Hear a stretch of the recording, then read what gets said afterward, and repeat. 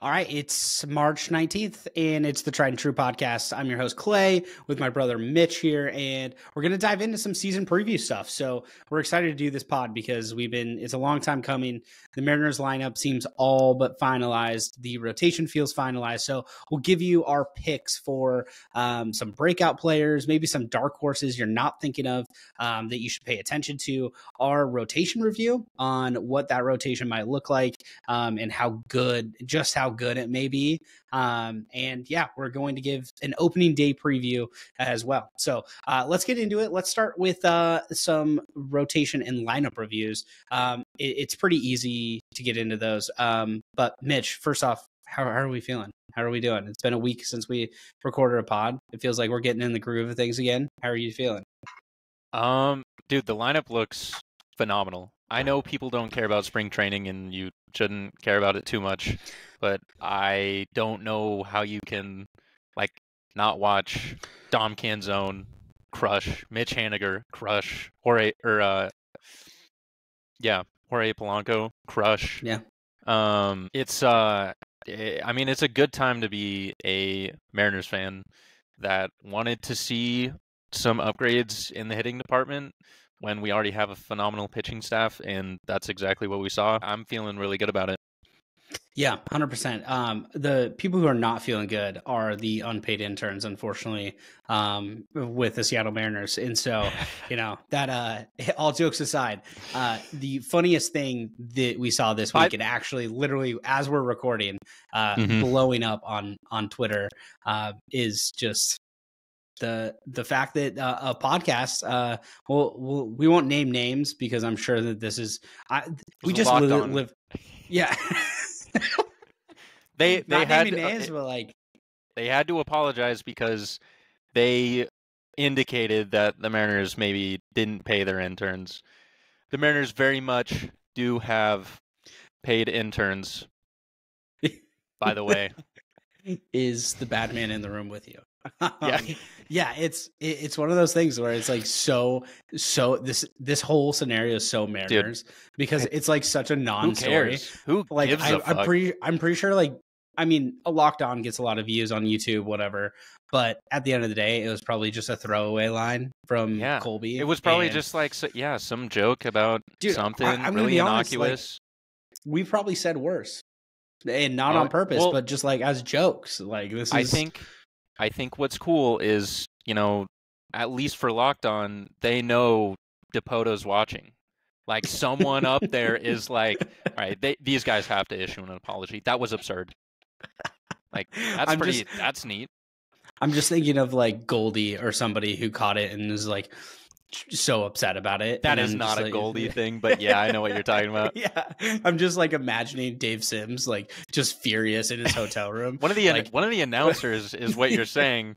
Yeah, is going straight to the top. I'm just trying to think of the funniest person who would be upset about hearing about unpaid interns, and it's Goldie or Sims. To be honest, I'm just furious. Arthur shaking his fist, being dude, we pay our interns. Dude, no dog Dave in the fight Niehaus is rolling in his grave right now. He is never live. He will he would never live for this. True, yeah. Just pretty funny stuff, but how are you feeling about the lineup?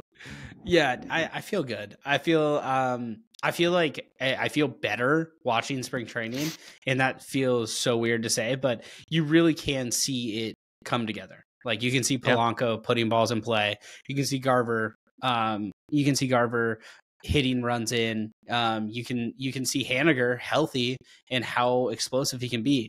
Although, I posted this on Twitter, he's literally hitting these home runs off of certified janitors. But don't care. Still don't love it, care, dude. I do not care at all. It's one of the cooler things that we see just how much we don't care about wins in spring training. I know people equally don't care about performance in spring training, but it is either encouraging or discouraging to see. A lot has been made about a certain Brave who was a former Mariner that is struggling, Jared Kelenic, and just as we're kind of laughing at that, it's a nothing burger. Just as Haniger hitting 4 home runs, spring training, he looks like an MVP candidate. I would say it's it's a little multifaceted. So you have statistics with like, okay, so Logan Gilbert is getting shelled, George Kirby is getting shelled. Yes. Who cares? We know they're going to be good in the middle of the season.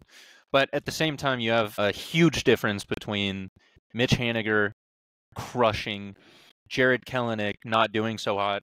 Not only that, like, not really much, but you have Mitch Haniger talking about kind of clubhouse leadership.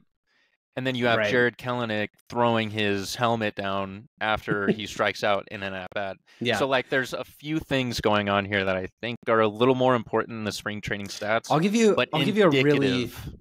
a really simple flow chart of how I view the spring training. Option A, player does good, we're going to the World Series. Right. Option B, players do bad, spring training doesn't matter. And exactly. that is the end. Yes. And that is the end of my flow chart. And so 100%, if you guys don't follow that methodology, you're lame and you make spring training really hard and really annoying, because if players are doing bad and the team sucks and we win 0 games in spring training, it's a nothing burger.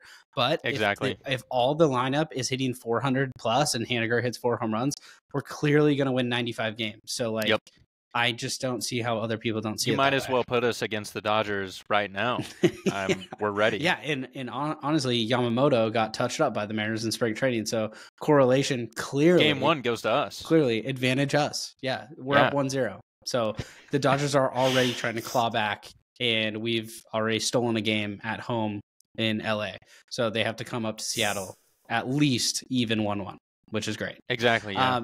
In all seriousness, the spring training there's been just a lot to be said about how fun the players look like they're having. Like, genuinely, it looks like this lineup is probably the deepest lineup. If you're having Ty France and Haniger legitimately at like 6, 7, 8 spots, like that's just so good for your team in general. Them hitting it, not to say like when they were at their peak hitting 2, 3, 4, it was not good, but I think that it just goes to show you, like, if Julio can take that next step and really be like a perennial all-star type in the top MVP voting type player with a team as deep as this, like, this is exactly what we've been asking for. And it gives a lot of opportunities for us to win a lot of games. And don't forget that Haniger isn't that far removed from a pretty good 2022. Not only that, but like the season the Mariners go to the playoffs, like Haniger's a part of that, whether you think he was a big deal or not. Haniger was not just a big part of it. He literally was like the only reason why we were very, very close at making the playoffs the year before. Right. So like, 2021, he was huge. Him driving in that run was literally like brought it down to game 162. So it matters a lot. I know if we're talking like dark horse picks, or if we're talking players to look for during the season, I know a lot of people have their eye on Dom Canzone just because he's an interesting dude. He has so much power. It's insane. He reminds me a little bit of like a mentally stable Kelenic, which is really, honestly, he has a little bit more swag too. Like, dude, Dom Canzone swag is top tier. His swag is what you want Kelenic swag to be, but it's just 100%. Not. But like, also, you're right. His mentals, like, he'll strike out 4 times a game, and like you'll never notice the difference. But like Kelenic strikes out 2 times in a row, and you might have a hole punched in your dugout. So, dude, like, there's a big difference there. Like, I think what also we've hinted out for a long time is like, this stuff legitimately matters when you're talking about building a championship team. And I like Jared Kelenic a lot, and I don't mean to like make this about him. And the title of this podcast might have to be Jared Kelenic who, but I think that like there's a lot to be said about the vibes in the clubhouse, like Julio, keeping Julio, and keeping some of these guys light. And I think that Gino did a lot of that last year, and against a lot of things that were happening in the clubhouse. But this team doesn't really have that like cancer sort of guy that could potentially like be bad vibes in the lineup and be like, damn, like that's the guy you don't want to be around, whenever they strike out. And so I think they went about it the right way. I think the culture's already kind of built.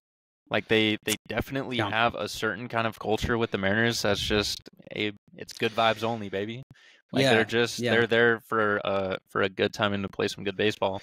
But this offseason, getting Mitch Haniger, you now have what I would consider pretty darn good leadership in the clubhouse as well, which I don't know if Gino was providing that or if he was just kind of like the good vibes guy, but Yeah. Mitch Haniger is very clearly that, and he's going to be my dark horse pick for the year for sure. I think that. Haniger.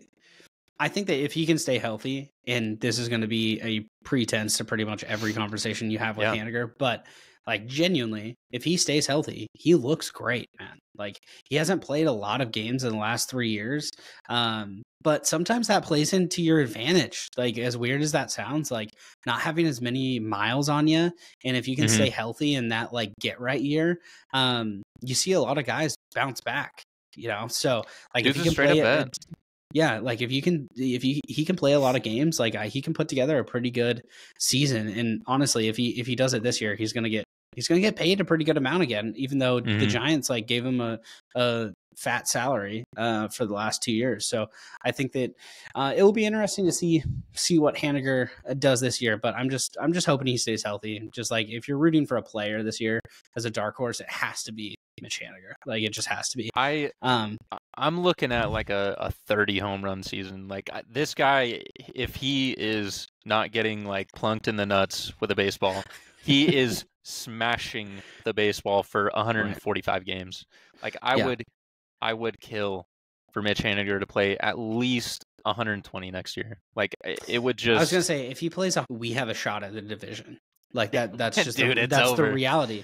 Like if he plays 130, like we are a different team. Like I actually randomly tweeted this out today, but like his like ceiling or like the team ceiling is very much dictated by his health. And there's obviously a bunch of other factors. There's 25 guys on the roster, but like his ceiling when healthy is really, really high. And so he makes the team that much better.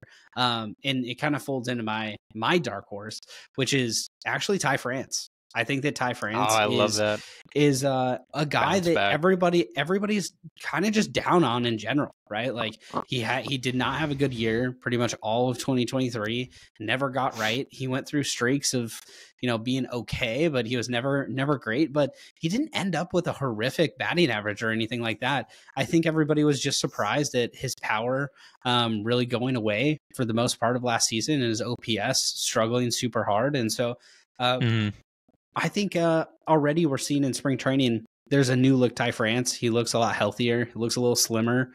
He's moving a bit better. People are joking about his speed, but honestly, he does look faster. And so I can see Ty France being a great 7-8 hitter where you kind of set the table for flipping the lineup, right? So if Ty France gets plunked, does whatever, and then you have like a Rojas or Canzone type in that 9 spot, all of a sudden you flip the lineup over to JP, Julio, and Polanco with runners on base, and you're cooking with gas at that point. Like we watched the Mariners today put a 7 spot on a team in an inning because of that exact thing. Like Ty France got on base, Polanco made some noise, and then all of a sudden you see Urias and other guys start to contribute. And like this lineup top to bottom, like they can put a 10 spot on you pretty damn quick, to be honest. Like this team like could do that. So I'm very, very excited about the prospect of both Haniger and Ty France playing really well. Yeah, to expand on that a little bit, we have talked about this before, but Brant Brown now joining the squad as a sort of mid-game strategy kind of guy. I think if you're looking at the Mariners last year, they were a strikeout-heavy team, but it's not like you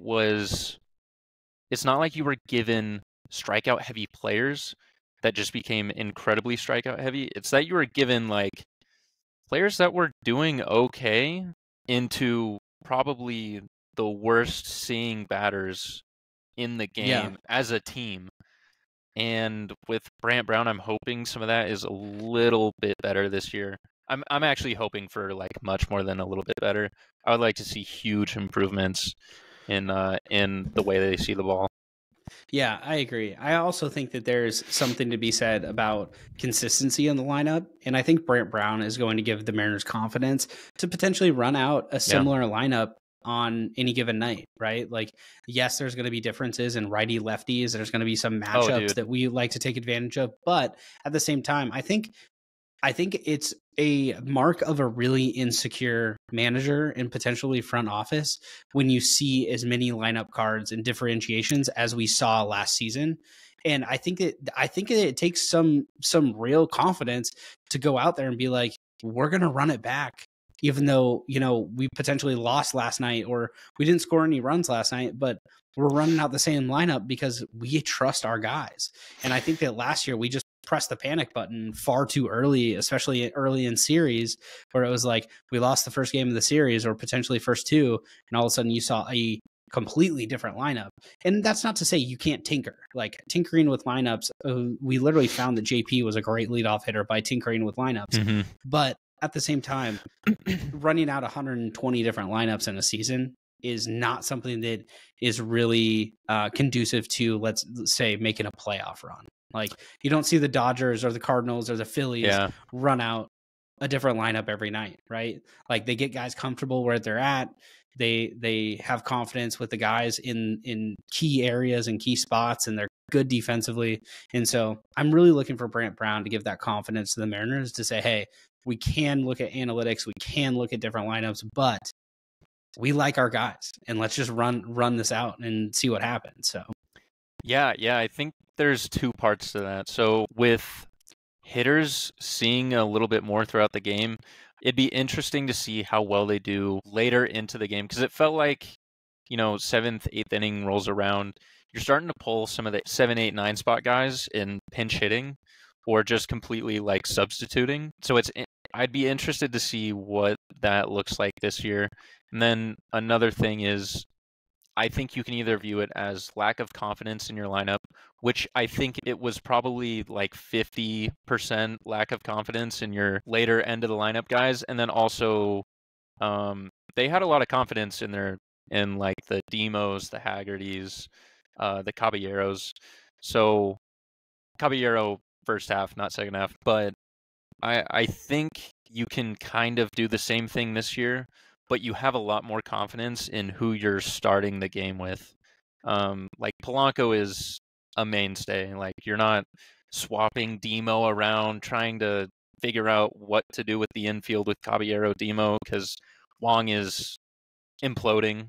Or I think it's just gonna be a little bit different. You have less platooning this year, maybe.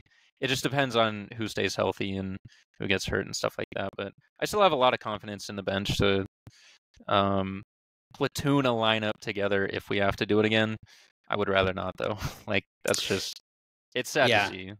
Yeah, totally agree. And I think that we wanted to do a pick for a breakout, and I think we did that, and then we kind of tied that into a dark horse this year. But I think that a true dark horse that I have kind of in my back pocket, honorable mention here, since mine was already Ty France. And I don't think they're going to make the opening day lineup, but I truly think they're going to contribute at some point and contribute a lot to the team, hopefully in a playoff run.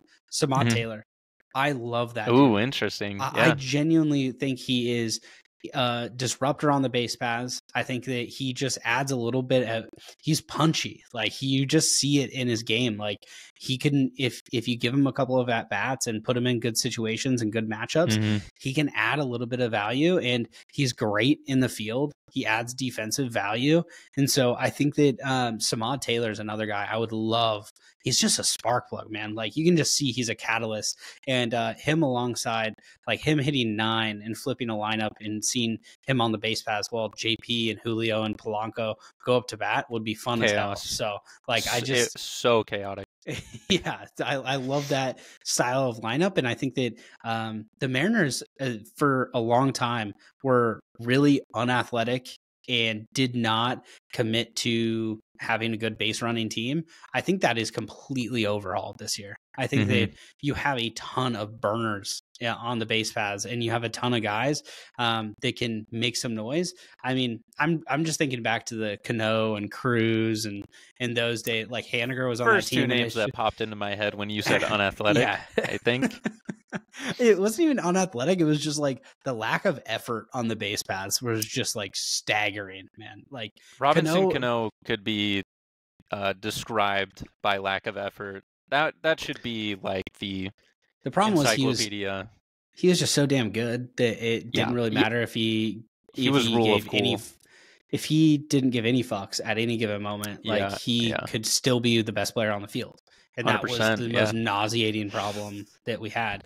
And for a Mariners team that needed some like real effort and looked to Cano as a leader, I don't think not showing effort was like the best thing that we could have had. But yeah, I think that I love this roster right now, to be honest. Like, I didn't think I'd like it as much as I do. I think that adding Garver and Raley and Polanco really adds some pop to the lineup, and now having Samad Taylor and a potential Haggerty, Trammell, Demo type mix there, all of a sudden you've got like some problems on the base paths if you're a pitcher that you're gonna have to deal with. Although dude, I think Taylor Trammell might be the next Ryan Divish tweet that we get here the next couple of days. But dude, yeah, that's, I think he's out of options if I'm not mistaken. I'm pretty sure Trammell is gone. I don't know. Sucks, dude. He's such a good guy. Like, you can tell any interview that you listen to, he's like such a cool dude.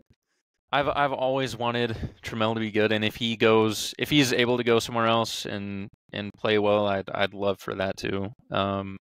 But yeah, looking at Samad Taylor, Ryan Bliss, and I didn't even mention Ryan Bliss, but if somebody put Ryan Bliss on their dark horse picks, I'd be like, I totally get it. Like, if at any time an infielder goes down, whether it's Rojas, Urias, we have a Polanco issue, like Ryan Bliss is right there. You're not that worried about it. Like, you're like, well, I mean, let's see what Ryan Bliss can do. And Demo, honestly, Demo has played some really important innings for the Seattle Mariners. Like, it's genuinely important innings. Yeah, it's really funny that we were the Swaggerty fan club for so long, because I mean, we do love Swaggerty, love the guy. I mean, his 2022 campaign was just so outrageous that it was hard crazy not to be a Haggerty fan. Like, he literally, I think it was against righties. He was literally hitting like 340 something. Dude, he was crushing. And I could not believe my eyes. Like, he literally worked himself into a everyday player for like a 3-week stretch. So, of course, we became big fans. Yep, big fan of Haggerty. But like, Demo is kind of another unsung, just like really solid depth player. Like, you cannot find players like Demo anymore. Like, it's so tough to find people that can play every position at least. I'll take below average, actually, if he can play every position and still hit decently well, just get plugged into the lineup at any time and be okay. Like, I'll take that all day. But what we were saying before with Ryan Bliss, Jonathan Glace, and Samad Taylor, all three are going to be in AAA next year. And dude, I'm telling you, if you live in the Tacoma area or just the Pacific Northwest, the Tacoma Rainiers are going to be the best, cheapest ticket of all time. Like, seeing Tyler Locklear and Ryan Bliss and Samad Taylor, like Locklear too, like in potentially Hancock as like your opening day starter, and guys like that. I mean, I cannot tell you another AAA team that is as stacked as the one that we have in Tacoma. So yeah, if you live in the area, if you don't want to, if you're priced out of a Mariners game or just don't want to go to a Mariners game and make the trip, the Tacoma Rainiers games are going to be absolutely awesome. The bang for your buck 100%. Is going to be insane. I mean, probably 7 of the 9 starters on that team are probably going to make it an MLB appearance, whether it's this year or next year. And that alone is outrageous. So, we'll see what happens. But I think that the minor leagues this year, pretty much every affiliate to the Mariners is just a fun like watch when you look at the lineup. I mean, I think that Harry Ford and Cole Young are going to start in Double-A this year. So, going to watch them play together, super fun. And of course, we still got some arms that are coming up. So we'll see. I saw Gabby Gonzalez, Harry Ford, and Cole Young in Double-A last year at one of the Spokane Indians games. It was awesome. So sick, dude. I love that. But don't forget, by the way, everyone was glued to their screens watching highlight after highlight of Mike Ford hitting like crazy numbers in AAA last year. We were begging, pleading for Dipoto to bring him in our up. defense. Mike Ford like legitimately won us some games last year. The dude still had an 800 OPS. Like we really shouldn't forget. He wasn't like a bum when they brought him up. No. Like, I mean, I get why you would probably be down on Mike Ford defensively, and he's pretty much one dimensional. But I totally think that I just am remembering the Baltimore series where he hit 3 bombs in that series and 2 in one game, and I was like, this guy might save our season. This is the most outrageous storyline I've heard in a long time. Like barring like Sean. That shit was so funny. Like O'Malley, not Sean O'Malley, but O'Malley hitting that home run on Griffey's retirement day. Like that was like what Mike Ford was doing at that given time. It was crazy. I think like for nothing else, like you gotta love the guy for the memes. Mike Ford was just he was such an interesting dude in the lineup. Is Mike Ford going to make I don't know if he's making any team. I don't know where he is, to be honest. I don't know what he's doing, but well, I knew he was on Cincinnati. Oh, is he? I love this. He's playing his way into the Cincinnati Reds. Yes, dude. He's the spring training. He's got 6 RBIs, a bomb. Dude, Ford tough, baby. 11 hits. OPS God, I fucking love Mike Ford. OPS of 982. Yummy. Damn. Mike Ford is damn near going to be a Cincinnati Reds starter. That's crazy. Dude, can you obviously, imagine? Spring training doesn't matter, but good for Mike Ford. He's just an absolute home run and donut merchant at the same time. Love it. All right. Yeah, but moving on a little bit. We've talked a little bit about the lineup. I don't know if we've talked about the pitching rotation much, just because nothing else needs to be said. They're going to be fucking awesome. Like you're scared it's of the hard bullpen a little bit, but it's like we could probably talk about the rotation ad nauseum. I think that everybody kind of understands that we have a top 5 rotation, pretty clear cut, and we damn near have a top 3 rotation behind some of the elite starters in the MLB. That's behind a potential like Dodgers starting rotation with all of their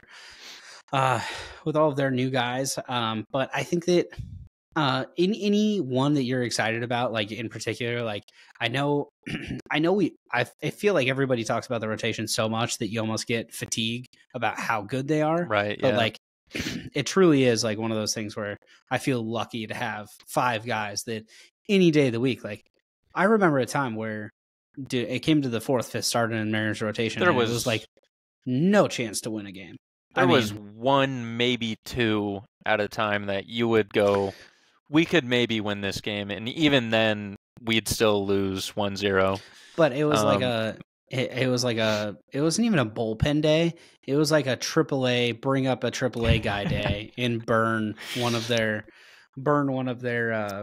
options. It was crazy. So I'm excited for this year. Like we legitimately 100%. Have a rotation and depth too. Like I know a lot of people were like, oh, trade away Miller and Wu and we still have depth. Like I like that we didn't trade away Brian Wu and Bryce Miller, because now we have this is what's called real depth, because now Hancock is down there.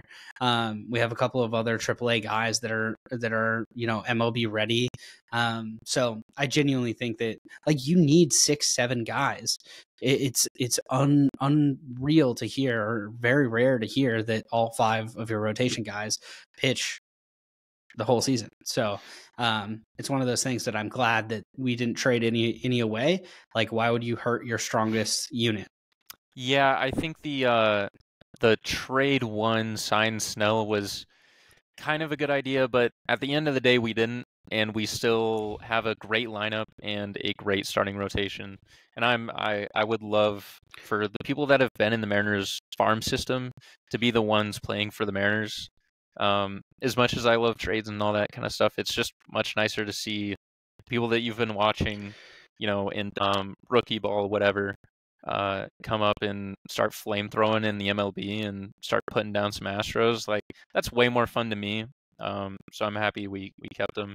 One person I will say, like, this is going to be wildly overdone, but Bryce Miller is going to be so interesting this year. Everyone was watching him last year. He had an amazing fastball, but he could never get anything done with it because that's pretty much all he had. Like, his other pitches were like very, very minus pitches and just not very good. So he just didn't throw that many off speed. And now he's working with a splitter. So I'm pretty confident in Bryce Miller this year. It's been interesting to see people kind of switch from, they have to be compared because they came up at the same time, but Bryan Woo versus Bryce Miller. I think a lot of people were high on Bryan Woo over Bryce Miller, but now with the splitter, it seems like that's changed. People are like, I don't know, Bryce Miller, like he's gonna be good this year, and he's still 130 innings last year, despite being called up late. So, by the way, 130 innings is more than Tyler Glasnow has ever pitched in his MLB career. So yeah, in your rookie take that season. stat. Yeah, take that stat to the bank that Bryce Miller is, maybe not as decorated as Tyler Glasnow, but Yep. he is already more productive as an innings eater. But Yeah. I'm totally on board. I think that there was a lot of talk last year of, hey, Bryce Miller may look flashy, but Bryan Woo's the guy. And I kind of rejected that notion just because, like, yes, it felt like Bryan Woo was the more complete pitcher at the moment. But 100%. genuinely, you could see the potential that Bryce Miller had if he put another pitch in his repertoire and if he put one or two more plus pitches on top of his fastball. And it looks like he added a splitter, which is going to be something that he uses a bunch. He has a decent curveball that I think he can get over and fool people with. And, he's been playing with a changeup too. So if he genuinely has that splitter fastball combo with a change curveball secondary pitch, like I really think that we're looking at a guy who is a top end rotation guy. And I think Bryan Woo is up there too, but we kind of saw all the bullets that Bryan Woo has, quite frankly. Yeah. Like I think that, like, what you saw last year is what Bryan Woo's going to be, and that's going to be really good. But it's not like Bryan Woo's going to get 2 or 3 more ticks on a fastball. He's not going to get, an even better slider. His slider is dominant. He can locate, and he has great mechanics, and he's super sound. And he's going to be a rock for the Mariners for a long time. But I think that Bryce Miller's ceiling is just like too electric to ignore. That's kind of where I'm at. I think that's totally fair. And just so people don't get us wrong here, like, Bryan Woo as your fifth man is fucking ridiculous. Yeah, he'd probably be a 2 or 3 starter unreal. Anywhere. Yeah. And let's just put it this way: he would be the St. Louis Cardinals opening day starter. I saw that would be sick. By the way, I saw that they just announced Mikolas as their starter, and or their opening day starter, and I just had a light chuckle to myself mainly because I had him in fantasy baseball last year, and he was just like one of those guys that I picked up from free agency every 5 days, and so yeah, hilarious. But I can probably name a handful of teams. There's probably 2 teams in the AL West that he would be top 2-3 starter on. So, and to be honest, I think I still do think this year it's going to be really tight. Like, last year it was pretty tight. I think it's going to be tight again this year between Bryan Woo and Bryce Miller. I know we probably shouldn't compare the two, but fuck it, I'm going to anyways because it's just more fun. Like, I'd rather do that than nothing else. So it'll be interesting. I also think that there's a potential here for Logan Gilbert to be underrated. in 2024. Dude, yeah. I think that everybody's so excited about the really young guys that we have on the back end of the rotation in Miller and Wu. They're really excited about George Kirby, and Luis Castillo is just kind of our rock, right? LaPetra. So it's one of those things where Gilbert gets lost in the shuffle. And he may legitimately have like a sub 3.5, 3.3 ERA, and people go, "Wait a second, what?" He's doing what? By the way, I only care about this George Kirby kid. I only care about this Luis Castillo guy who's making an all-star game. So look out for Logan Gilbert to make a lot of noise, especially 100%. With some of the pitches that he's enhanced over the offseason, specifically a splitter. He was using it splitter and a two-seamer in the last spring training game and had 6 strikeouts in 5 innings, and he just looked absolutely disgusting. Yeah. I think you could see how underrated Logan Gilbert was by the mock trades the Red Sox fans were making this offseason. By the way, if you are a Red Sox fan that is listening to this podcast, your fan base sucks cock, and you guys don't know ball. Just by the way, dude, your fan base straight up is delusional as hell. That was it was crazy. I still am so flabbergasted at some of the posts that Red Sox fans have about Bello and how if he was a Mariner, he would be a top 5 starter in the American League. If Bello only was wearing a Mariners uniform, everybody wouldn't shut up about him. Dude, Bello is fucking mid. He may be great one day. Bello is not good. He is good. He is not what everybody thinks he is now. We got to be talking about his potential instead of 100%. What he is currently. Also, all of those Red Sox fans that are excited about Bello being extended, I hope you go and look at his contract and just realize that they bought out all of his arbitration years and didn't extend him any years. They literally extended him 0 years. So they did right by him. They paid him a little bit early, but do not mistake getting extended for just buying out arbitration years. They basically just avoided arbitration for the next 5 years.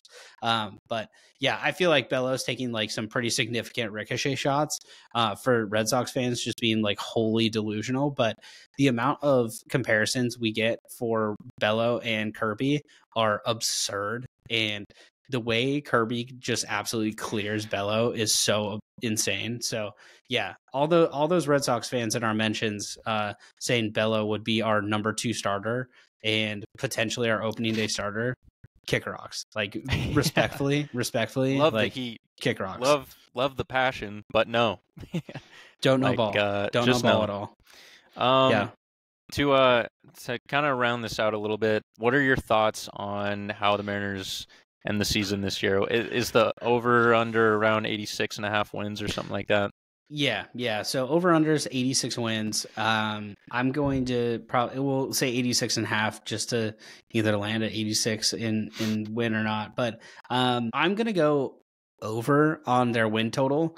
But I think that they're going to land at 88 wins, and I'm going to call my shot that they're going to be second in the division. I think that I can't tell you who yet. I think it's going to be the Astros if I had to guess, but either the Astros or the Rangers, I feel like are going to do something just gross in 2024 where nobody really sees it coming and all of a sudden they rattle off 98, 99, 100 wins. And we're all like, damn, we were just trying to hit the over for 86 wins. So I think that one of those teams will hit that again. I think it's going to be the Astros, but it could very well be the Rangers. They might just run it back again. But I think either one of them also has the potential to win only 84, 85 games, and the Mariners clear them. So I can totally see us being second in the division, although we're slated for third, which makes sense. If you're looking at it from a 10,000 foot view, defending champions, the Astros, then the Mariners. Then you've got 2 cellar dwellers that are going to be hanging out at the bottom of the AL West that aren't going to be even close. And one of them in Oakland should not even be mentioned at all. Throughout the season, I don't feel good about talking about the A's, to be honest. I feel so bad for their fans, and they've just, it's almost like it literally is so much worse than the Sonics getting taken away to Oklahoma City because it's like a 4-year Band-Aid that's being ripped instead of a 1-year like night and day. I was thinking the same thing. Like it genuinely is like his name's Chris Hansen, right? No, is that the right guy? That's the pedo hunter. That's a different dude for sure. You're not thinking of the right one. Hansen. His last name's Hansen. I know. Who are you? Sorry, who are you thinking of? You're not thinking of the owner or anything like that, right? Dude, I'm 100%. Because that's gonna be Fisher. I'm just thinking of. Yeah, it is Chris Hansen. Okay, I feel so much better about this. No way. There's an investor. This makes me feel so much better. At first, I was like, "Oh my god, what was that in my brain?" Like that's so fucked up. Dude, so Chris Hansen, he's a hedge fund manager. He's an investor in Seattle. Mm-hmm. I feel vindicated now, but he basically is trying to get the Sonics back in Seattle. I thought he was the one that took them, but he's the one that's trying to get the Sonics back, and so he's the one that like bid for the private arena, Bright being in Soto and things like that. But the Oklahoma City Thunder owner who bought Sonics, that's it. The A's are going through a situation where they basically would have told the city of Seattle, hey, we want to play a key arena for 2 more years, but we're most definitely going to build our own arena in Oklahoma City, and it's going to take about 4 years. After 2 years, we're going to play in some random city that we still haven't decided on, and then we're going to play in another random city if we can't renew that contract, and then by 2027, we're going to finally play basketball in Oklahoma City. Like, that to me would be such a slap in the face as a Sonics fan, more than even just getting the Band-Aid ripped from, like one season to the next, especially because they did it after the draft and people still show pictures of Russell Westbrook in a Sonics jersey, which is just like the grossest thing I could think of. I don't think you would see this if there was a salary floor in the MLB. If the A's organization had to pay out $100 million minimum per year for the players, and you saw fans boycott because there's a 4-year Band-Aid not getting ripped, and they're just like, hey guys, we're leaving, but keep coming to the games, like you would see the owners just go bankrupt straight up. Like, you wouldn't see it. I've talked about a salary floor so much. I don't know if you can enforce it. I don't know if it's like illegal. No, dude, the owners would never go for it. But like if you look at the NFL is very competitive because the owners are very strict about like owners really investing in their team and investing in stadiums, and like you don't see you don't see a team literally go under the salary by $200 million. There's ways around it. I mean, look at Mahomes' contract. He turns his yearly salary into a bonus every single year to give them more salary space. It's absurd, and it makes me think that the salary cap actually doesn't exist. So I think that the A's, what they're doing is making just an absolute mockery of the MLB. And so gross. Fisher should be like arrested immediately, just at least jail time. So yeah, we'll see what ends up happening, but them basically shopping themselves to Salt Lake City, Sacramento, these cities before they move to Vegas in 2027 is just, it's so frustrating to watch. And I'm not even an A's fan. I can't imagine an A's fan getting article after article seeing like, yo, where's the team going to move to? Because they decided on Vegas, but like the Vegas, how weird was it when the Vegas mayor came out and was like, I hope the A's stay in Oakland? That was strange as hell. Funny. Like, so funny. Even like, are they not on the same page? Like, they've bought the land. Dude? Like, I'm confused how this is going now. Like, is the mayor just super uninformed? Like, what's going on? Dude, there? I have no idea. I don't know. All of the above, but what a shit show. Just complete and utter shit show. But 86.5 wins, over under. I'm going to go with the over. I really do think we're probably going to end up in the second spot in the AL West for a playoff berth. I think 88 wins is going to win us a wild card berth and get in. Thoughts on over under of 86.5 wins? Yeah, to be honest, I think it's almost insultingly low. 86.5 just doesn't seem right to me. At the same time, if a few players get hurt, it's over. Like it's 86.5 or less for sure. But I'm pretty hopeful for this year. I don't see anything crazy happening. Haniger is someone who's made of glass, but he doesn't have reoccurring injuries like most people think. Like he just kind of gets unlucky. So, and I'm hoping for a bounce back year from Haniger, and I think we will see it.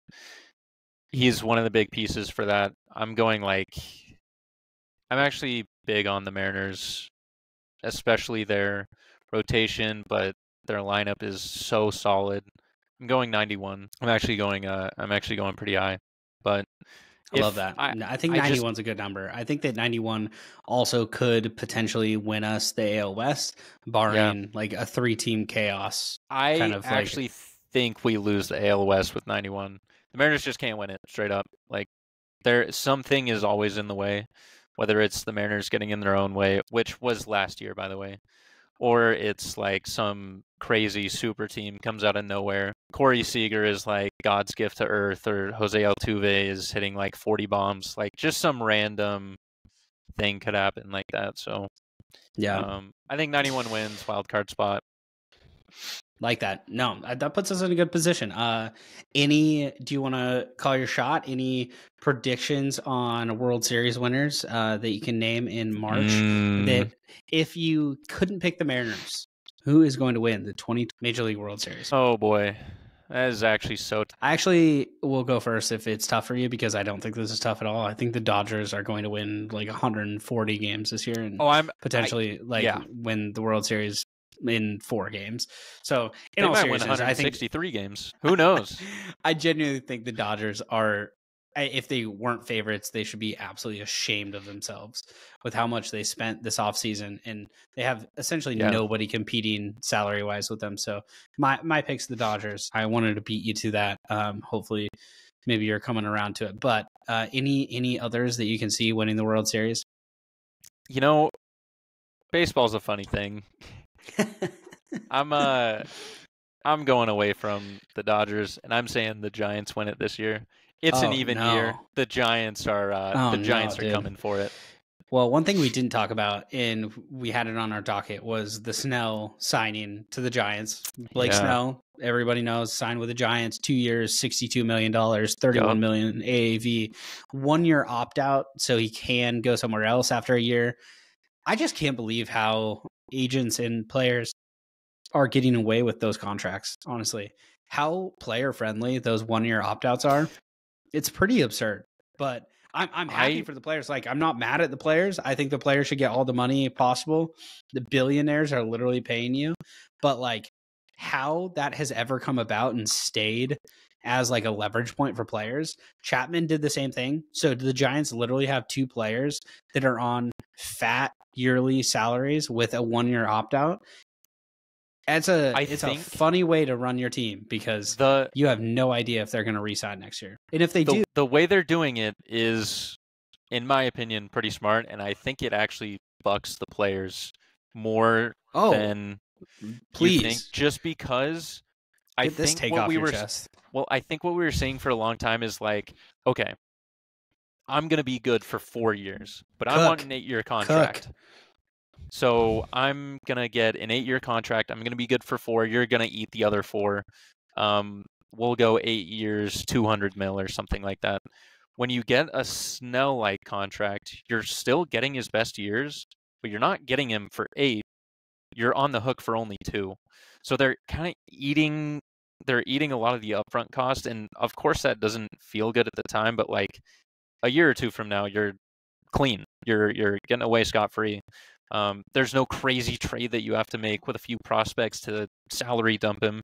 Like it's over. You got a few of his best years and you're good to go. And honestly, I think that's what Snell wanted.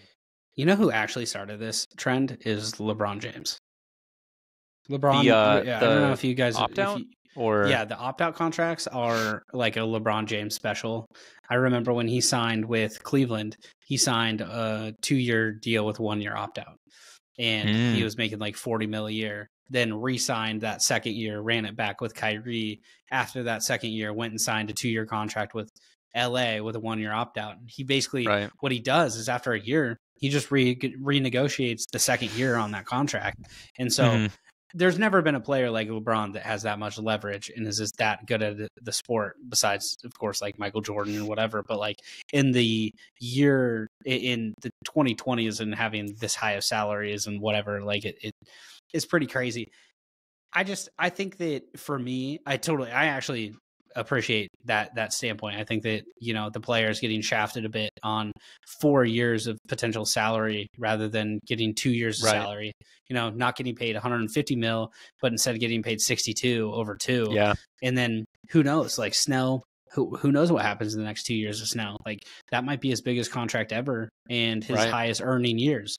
And instead of making, that 150 over 4, he's only going to make a 62 mil. And of course, Snell has had a decently long career, so it's not like Snell's going to be doing bad by any means. But like, it'll be interesting to see if that's the norm going forward. Like, are the Mariners going to be? It feels like the Mariners have not wanted to participate in this kind of contract so far, so it'll be interesting to see if we throw our hat in the ring as an organization for 2-year, 3-year deals with opt-outs after 1 and 2 years. I think the bad thing, like the very obvious pain point for the team here is they underperform in year 1 and clearly re-sign their contract in year 2, and you're just like, holy shit, like this is we don't want this guy. We do? And then you do like a Robbie Ray pivot and you're like, please just take all his salary. I still think that's so much better than like we signed him to an 8-year. We are. Yeah, no, you're 7.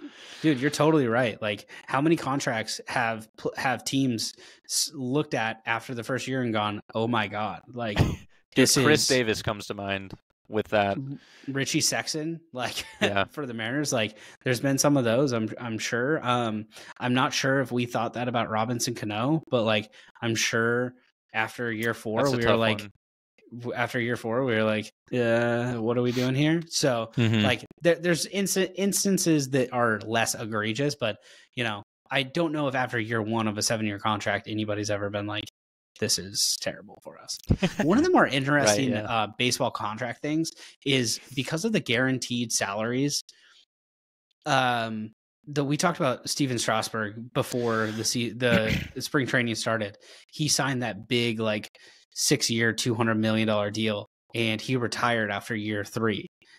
I thought that you just forfeit the rest of your contract, right? Like obviously you're not playing, the team's not going to pay you. Dude, the team is on the hook for all 6 of those years and all of that contract. Was that all guaranteed or like I'm confused. So there was a story written which I thought was fascinating, that because he's technically on contract and the Nationals were trying to do some shady things to like void the rest of his contract. Usually what the team does apparently, and I learned this through research is they'll go to a player and be like, okay, what's your number? Like you have $100 million left on your contract. We'll pay you 60 right now if you just forfeit the other 40. We'll pay you 75 right now if you forfeit the other 25. Like let's talk. If you want your money right now, we'll give it to you. Let's not wait 3 years.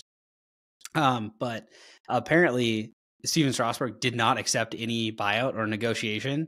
So they literally made him go to spring training this year and like help the Nationals with their pitchers. Because if he didn't show up, he would be like in breach of his contract for not showing up to spring training. Dude, how petty is that, dude? How crazy? That's not petty at all. If I'm paying you, you're showing up. Are you serious? Fucking bum. Get your ass over here. You're a pitching coach now. Dude, are you kidding me? Welcome to your new career, dude. Like, also you're gonna travel with the team. Like, if we need you to throw lefty, you'll throw lefty. We'll see your ass on the plane 81 days out of the year, dude. Like, that's so funny. Dude, that's so crazy though. I had never heard about that. I just genuinely thought that like if you retire 3 years into a 4-year contract, your 4th year you just forfeit. The rest is void. Yeah, it makes sense to me, but obviously guaranteed contracts are guaranteed contracts. So I guess I get the player sentiment too, especially if it's a baseball related injury. It's not like it's not like Steven Strasburg is like willingly wanting to just shut it down at his age. He just doesn't want to. f himself up any more than he Yeah, already has. he hasn't pitched I since get it. 2021, and his shoulder is broken. Like it's just like done. So The also he dude won was them a throwing, World like, Series. So yeah, they won the World Series. The dude was throwing like harder than any human or also any they had him starting on pitcher has ever thrown. they had him on 3 days rest. I can see why they would be frustrated with him though, because remember how much he was babied when he was coming up? Like the Nats made the playoffs and they like shut him down. Everybody's like, I do. What? make him pitch. Like go win a World Series. They're like, nope, we're saving him. And I mean, eventually they won the World Series, but like that's when they had Harper too. I can imagine Bryce Harper's like, Dude, get this guy off the bench and make him throw. what years was that, like 17, 18? It was his first year in the big leagues. So they're putting him on like a pseudo. That was a long time ago. Yeah, they were putting him on like a pseudo pitch limit, essentially. And when he hit that, even though they made the playoffs, they were like, nope, we're going to honor shutting him down. So I miss that drama, actually. I really do miss like the Bryce Harper, Steven Strasburg era when they were coming up. Jonathan Papelbon, just, him and Papelbon getting in a fight in the dugout. Dude, that was so sick. I miss those days too. That was good TV, honestly. Dude, how about Harper signing a contract with the Phillies the same exact year the Nationals won a World Series? That must be so painful. Like literally the same exact year you signed with another team, the team you got drafted by and then left wins a World Series. Oof. Yeah, that's tough. That is tough. That's one that's gonna sting. Oh, can imagine he didn't love that. I mean, sting in his yacht, but yeah, sure. Like 100%. It's March Madness week. You want to throw out an upset, throw out a national champion? Anything you got in your bag? I'm gonna be honest. I haven't cared about March Madness in like the last 7 years. We'll go Cougs and let it ride. I'm gonna be honest. I think the Cougs are gonna get upset in the first round. Dude, they're gonna get shit on probably. Yeah. If I know anything about the Cougs, they always. Dude, I'm not going to turn this into a Boise State podcast, but although I'd like to spend the next 12 minutes talking about it. Of course. But Boise State was projected as 7 seed. They got a 10 seed, and now they're playing in the play-in game tomorrow to get to the big dance. I was livid this weekend. I was like, wait a minute. And then you've got like Michigan State as like a 9 seed, who's a bunch of absolute bums. But Tom Izzo is their coach, so it makes them like all of a sudden a 9 seed. I was so mad. Go off, dude. Go off. Dude, the Mountain West had six teams make the tournament. That means the league was good as hell. Yeah. And still, Boise State was like 3rd in the league, 10 seed, playing game, playing Colorado tomorrow. Probably going to get bounced. Dude. So stupid. Yeah. Terrible. I'm still hot. It's Tuesday and I'm still hot from Selection Sunday. All right. Anything else? I guess last thing here, dude, we have our first stream of the year, opening day stream next Thursday. Yep. Opening day, Bello, Castillo. We talked a lot of mess about Bello today, so I'm sure that Red Sox fans, please come and watch along with us. But yeah, you and I are going to be watching I'll be from first pitch to final frame. We're going to be watching the game with you guys. So yeah. Jump in on Twitter or YouTube. Those are the 2 places we're going to stream all year long. Probably going to do a stream every other week, maybe once a month. But those live watch-alongs, we're going to do instant reactions. So, going to be a lot of fun, but excited. Anything you got, Mitch, for us? It's going to be fun, dude. I'm looking forward to a good season. 9 days away from, first Mariners game, so I'm pumped. Yeah, we made it. We are finally to baseball season. So, yes, sir. Yeah, dude. Simply Seattle. Shout out Simply Seattle. Go get 15% off at simplyseattle.com using code TRUE15. Simply Seattle, I'm getting a package in the next week. So, that's going to be lit. I'm going to be ready for baseball 100%. Season. Fired up. So, all right. Make sure to like, subscribe. Help us with the YouTube channel. We are just firing that up. So excited to meet everybody where they're at. But appreciate you guys, and we'll see you next time.